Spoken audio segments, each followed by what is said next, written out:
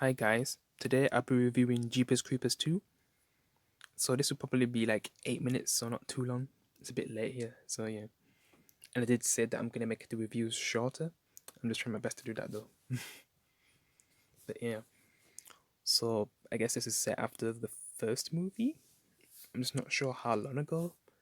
Since this monster, basically we get a lot of more information from this movie as well. Even though I've seen the first one more, second one, yeah, I've seen that a few times as well. Third one, I haven't rewatched it since it came out. Lol. Yeah. Second one is like one that I used to watch with my mum and stuff. Because she likes the second one the best. I like the first one the best. And I know no one who likes the third one the best. But yeah, let's talk about the second one now. So yeah, this is set like after the first movie where, because the previous main characters were Trish and Darius. Yeah, they were brother and sister, and they end up finding this monster that's going around killing people. And I guess the brother ends up as the victim, but he kind of leads into, like, his story kind of leads a little bit into the second one, but just a little bit. But yeah, first we'll talk about the characters on the top left, which, the farmers. Well, the farmer and his children. Kind of all starts off with, I guess, the kid sorting things out for his dad, and he then kind of gets into trouble because he thinks he touches something that's important to, I guess, the dad.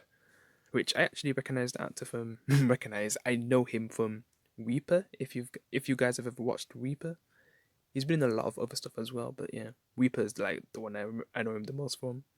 He plays a great devil in that show. Yeah, because he plays Lucifer in that show. He was a good choice for that character. But yeah, I knew him from this movie too. But yeah, Reaper. That's what I mainly know him from. But yeah, basically, this is when they start to use a scarecrow, because I think they also use it in the third one as well. Because, this monster in Jeepers Creepers has to be very discreet, otherwise people will see him coming. But say if people see him coming, how much would it actually take for him to go down? Because these three farmers, I feel like he could like just take them all on. Because he's not afraid to fight in the daylight. Hell, he takes one of the farmers' kids away in the daylight. He tries to be a bit stealthy by pretending to be a scarecrow, and I guess it kind of works out for him since he gets like the youngest one, and then like the dad and the older son are trying to rescue the kid, but he basically flies off. But man, it seems like he was taking so long to get a shot on the monster, but yeah, he flies away. And for the whole movie, his goal is to get revenge on the monster that took his, kid. Which is a storyline I wish they did for like a character from the first movie, Trish, since her brother gets taken as well. And some people want like Trish and this guy to come back in the fourth one and I guess kill this thing once and for all. If that ever happens, because is there even a reason to make a fourth one apart from getting a better sequel than the third one and bringing back old characters, even though one of them's a lot older now in real life. And without doing the ending, I guess it could still work. I just don't know. Well, look at Arnold anyway, so. But that's Arnold though. Always coming back as the Terminator, even though he's getting older. I just don't know if he'd do it again.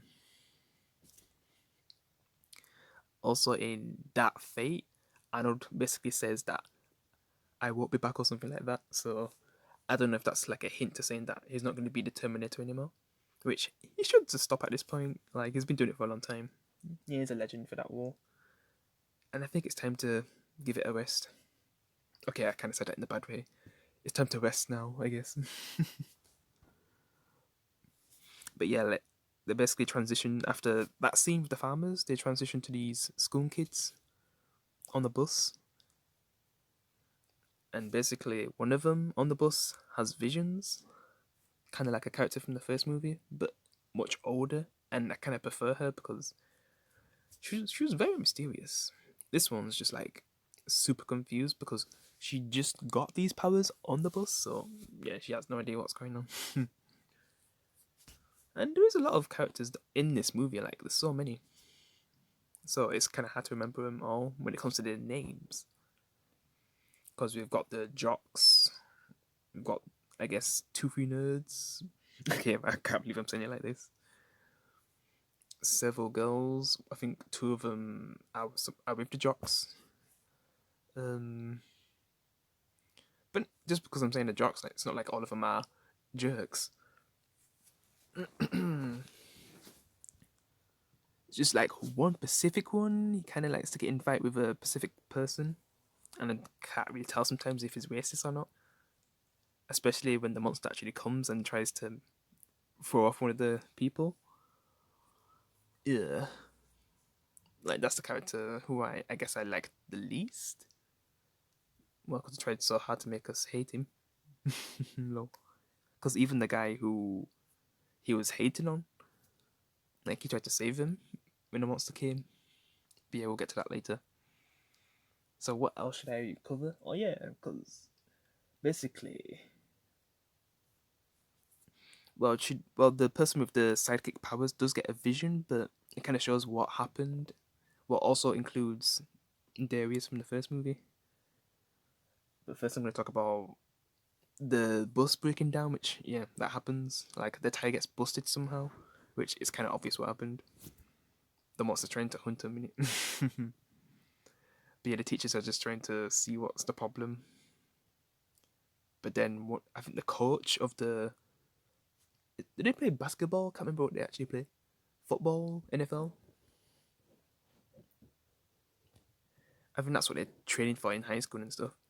That's what they're playing.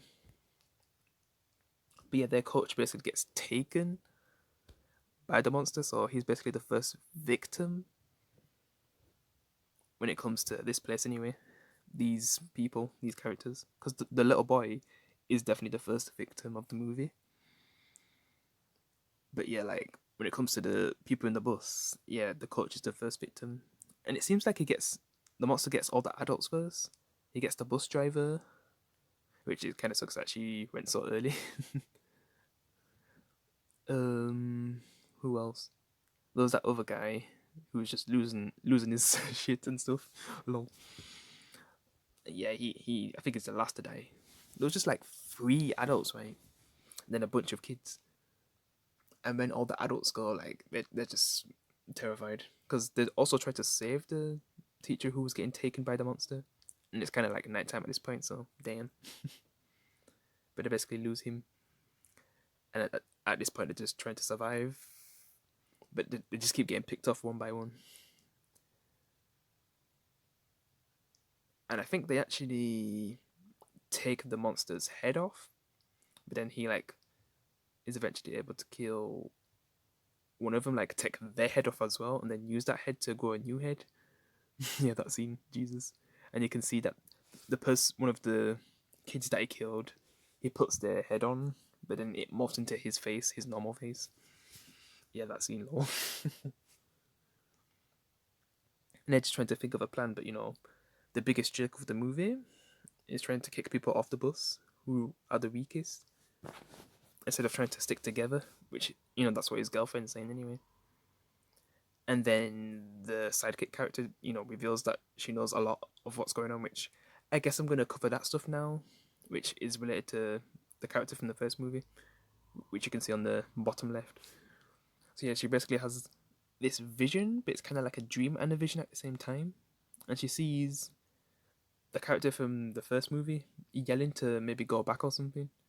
And then it kind of also shows the kid that died at the beginning of this movie, who got taken by the monster, the farmer's youngest son.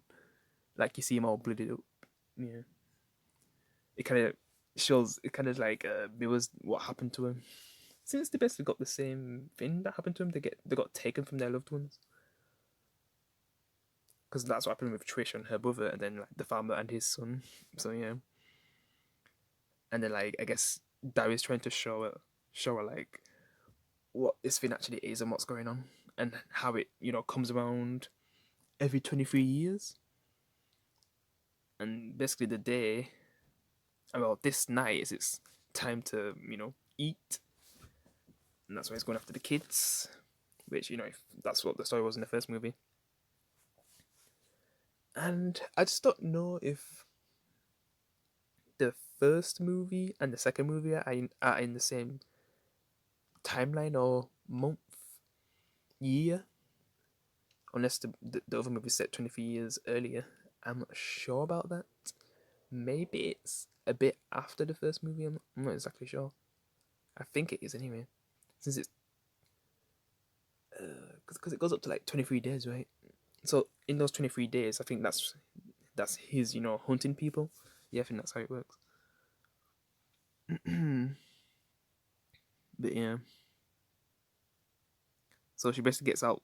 I mean, she basically figures out some of the information from the previous main character, and it's kind of hard to say is there a main character in this movie, because when it comes to the character in the first movie, and I'm talking about the sidekick character who knows what's going on, who Dari and Trisha was getting confused and creeped out from, since she knew so much. She knew about the tattoo on Dari's, near Dari's belly button, and she knew a lot about Dari for some reason, and maybe she got a similar vision.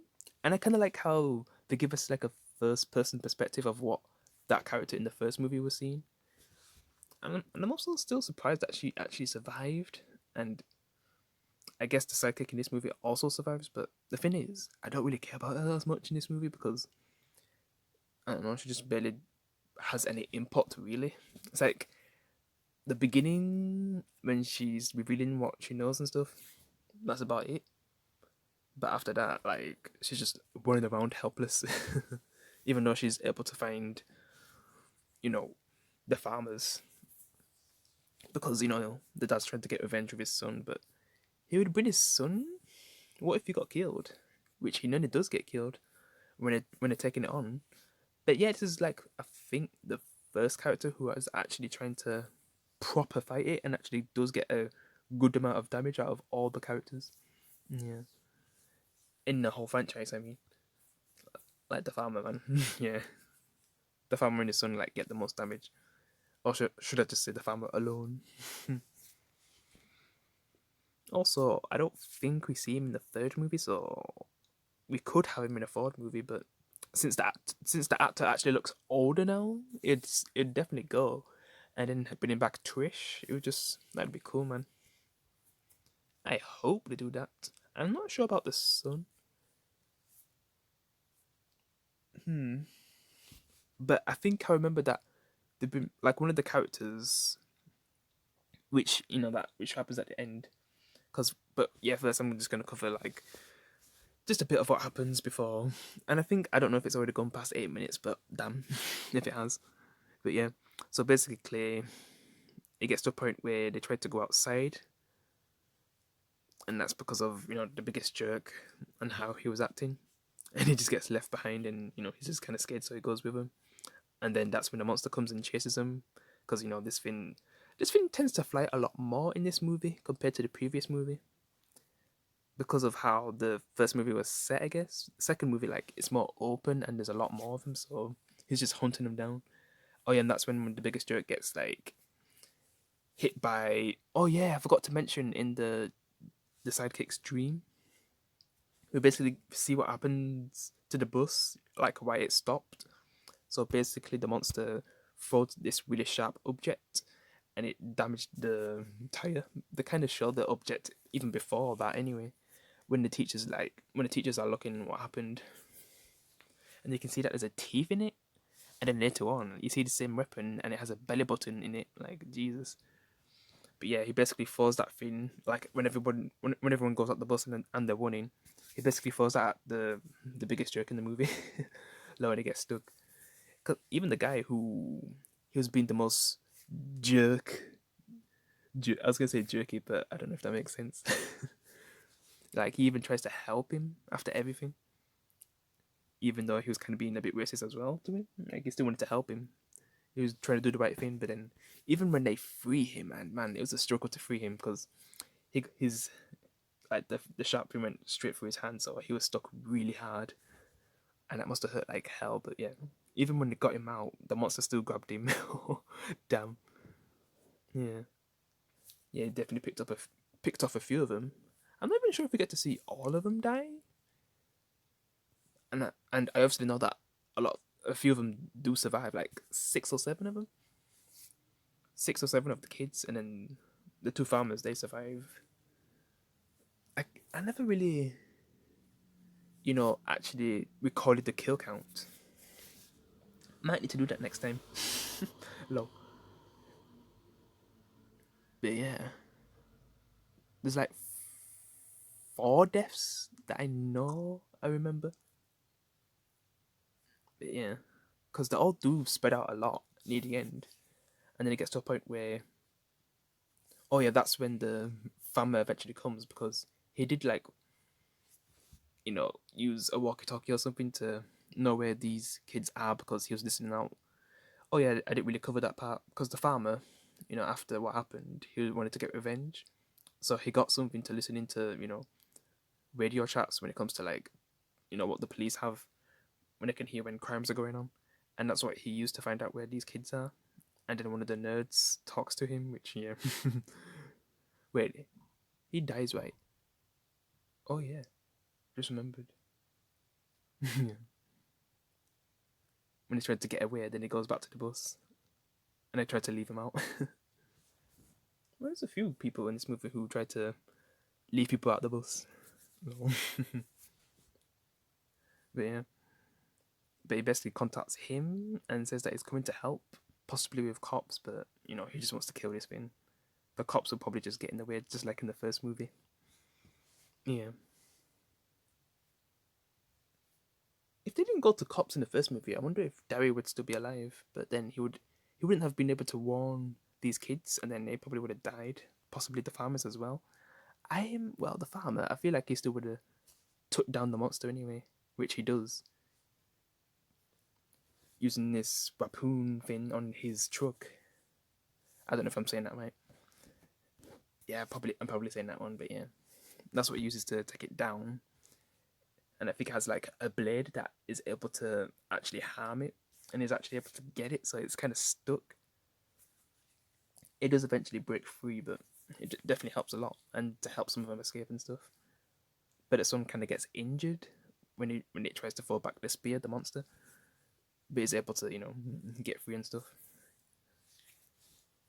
And then there's a scene where one of the characters are getting well, there's 3 of them together, but it kind of ends up with so first they get in a truck, like they find a truck, and then it works, but then the monsters coming through him, 3 of them.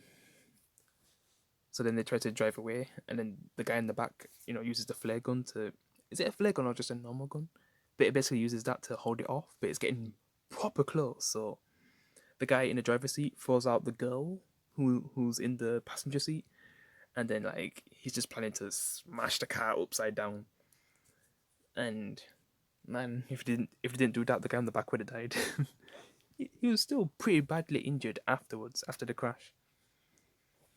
And yeah, that's the like intense part where he's just crawling and just trying to not be seen by the monster, but then it sees him. Yeah, that's an intense final moment as well. That was a good moment.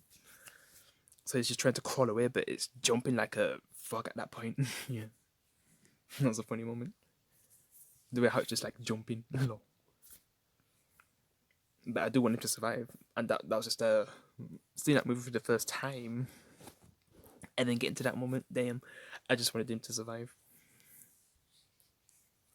But he does survive by fighting hard, and the farmer actually getting to him in time as well, and shoots it right in the head, and then the farmer just keeps stabbing it and stabbing it and stabbing it and stabbing it, yeah, over and over until I guess the time runs out, and then it's sleeping for like 23 years. So then I guess he just keeps it until like 23 years later to kill it again, and you kind of see the son older and all that, and they kind of pay people to see the monster for some reason. I guess it's a way to make money, but yeah, maybe to get the weapons that he needs. Maybe that's why he's doing that. Like, so he can use the money to get the weapons to actually kill the monster again. Yeah, probably. Because yeah, he's just like in his chair waiting, and it's like 2, 3 more days before it wakes up again, and that's pretty much how the movie ends. Yeah. Like I said, I prefer the first movie. I prefer the atmosphere and everything, and less characters to focus on. So we can have like better characters in that way when there's less characters. Because this movie just had a bunch of characters. Definitely still fun to watch, but yeah, definitely prefer the first one. The farmer was the coolest character, obviously. The sidekick wasn't that great this time around, but it was good to see Dari again. So that's probably the coolest thing you can get from her character. Because the biggest thing she does is a little bit of information and I guess telling the farmer where the kids are and the monster. And other than that, that's pretty much it. Yeah. But yeah, guys, hope you enjoyed my review. I guess I got 3 more movies left that I'm gonna review since I I'm kind of skipping like 2 or 3 since I was away for a while and I haven't really got enough time to review 2, 3 movies in like one day. So yeah, because that was gonna be my plan, but I couldn't do it. I'm just too busy. Yeah. So tomorrow it'll be Wes Craven's New Nightmare. Then the next day, The Shining, which will be, man, it's gonna be hard not to talk a lot about that, and Doctor Sleep, the sequel to The Shining. Yeah. And then on the 31st, well, I'm not really actually having a live stream or anything on the 31st like that, but there will be a premiere, I guess 2 hours before the end of the 31st on Halloween Day. But yeah, the premiere will basically be a review of the first episode of The Walking Dead. That'll just be a short review, since it'll be its 10th anniversary, so yeah, that's what will be going on there. I'm just going to be watching movies with my family on the 31st, but yeah. That's it for now, guys. I hope you enjoyed the review. I'll review Jeepers Creepers 3 next year, next Halloween, and a bunch of other movies. Yeah, I'll try to do a lot more next year, because I did get some suggestions, and I'll definitely review them. But yeah, guys, I'll see you in the next one. Peace. With